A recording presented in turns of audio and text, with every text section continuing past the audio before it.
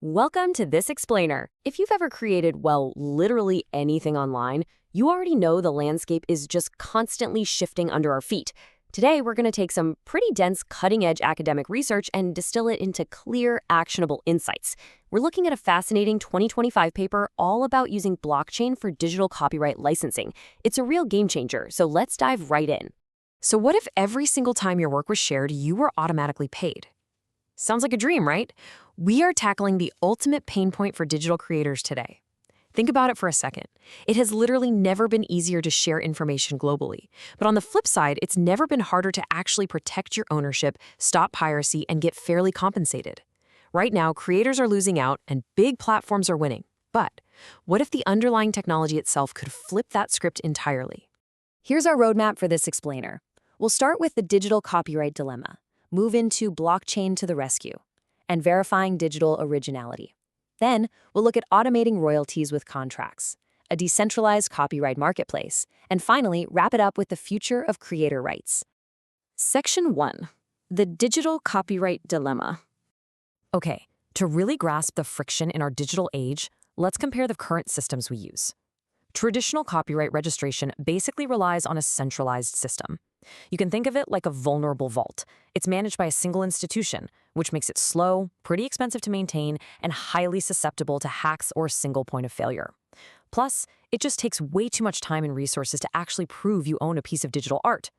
But in contrast, the blockchain alternative, it acts more like a decentralized glass box. Everyone on the network can transparently look right inside and verify the ledger, all without ever needing to rely on some middleman. Section 2. Blockchain to the rescue.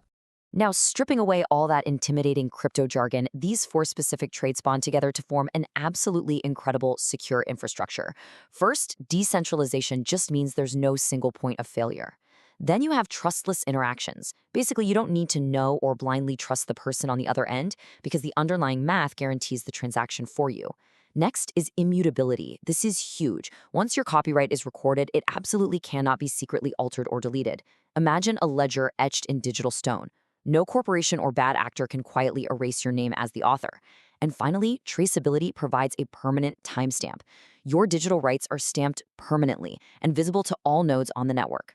Section 3. Verifying digital originality. So if the system is truly immutable, we better be absolutely sure the data going in is accurate in the first place, right? To solve this, the researchers propose a really fascinating three-tiered verification process. First up, the system runs a content hash value check.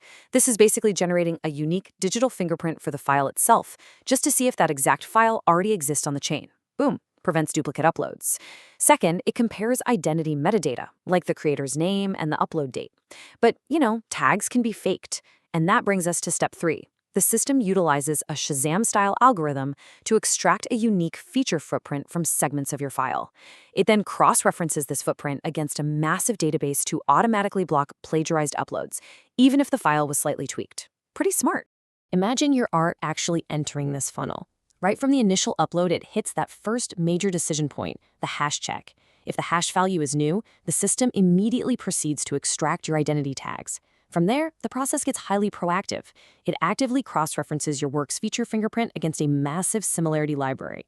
If a match is found that crosses a certain threshold, bam, the registration fails, blocking the thief right in their tracks. But if not, you successfully pass through authentication.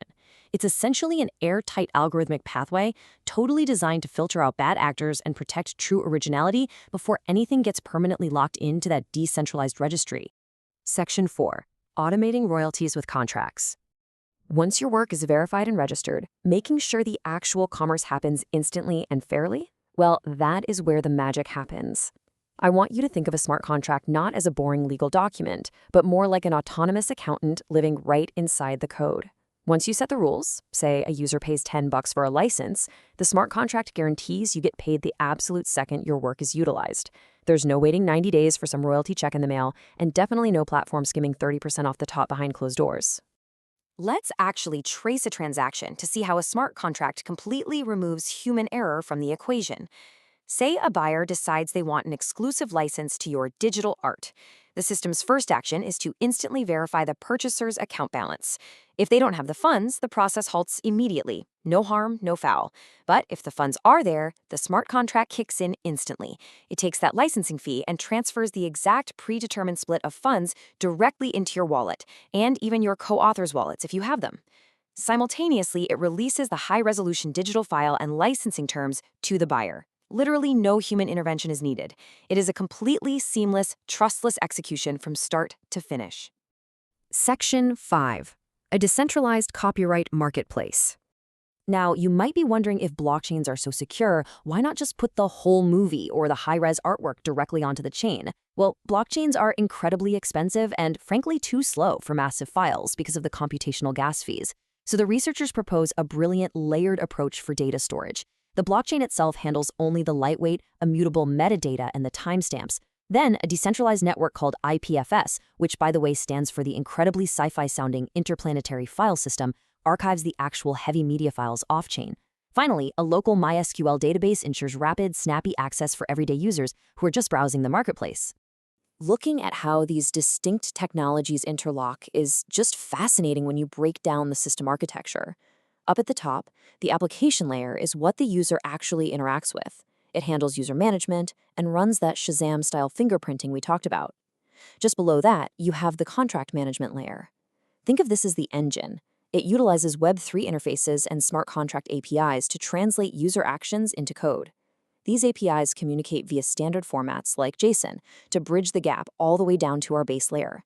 That base storage layer is where the blockchain, the IPFS nodes, and the MySQL databases operate together in perfect harmony. The whole shebang forms a completely integrated stack that makes a seamless, trustless marketplace possible. Section 6. The future of creator rights. All right, let's ground this theoretical framework in some hard data, because the researchers note a pretty staggering statistic.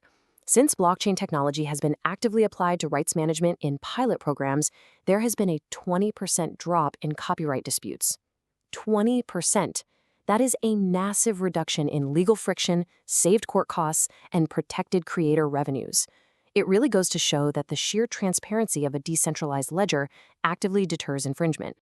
But I want to leave you with this final, genuinely provocative legal paradox to chew on. By design, a blockchain is permanently immutable. You literally cannot erase the data. But modern data privacy laws grant citizens the right to be forgotten or the right to erasure. So, if a blockchain cannot be altered, how can it ever safely coexist with strict data privacy laws that demand the ability to delete personal records? It's a fascinating tension between perfect technological memory and our legal right to disappear.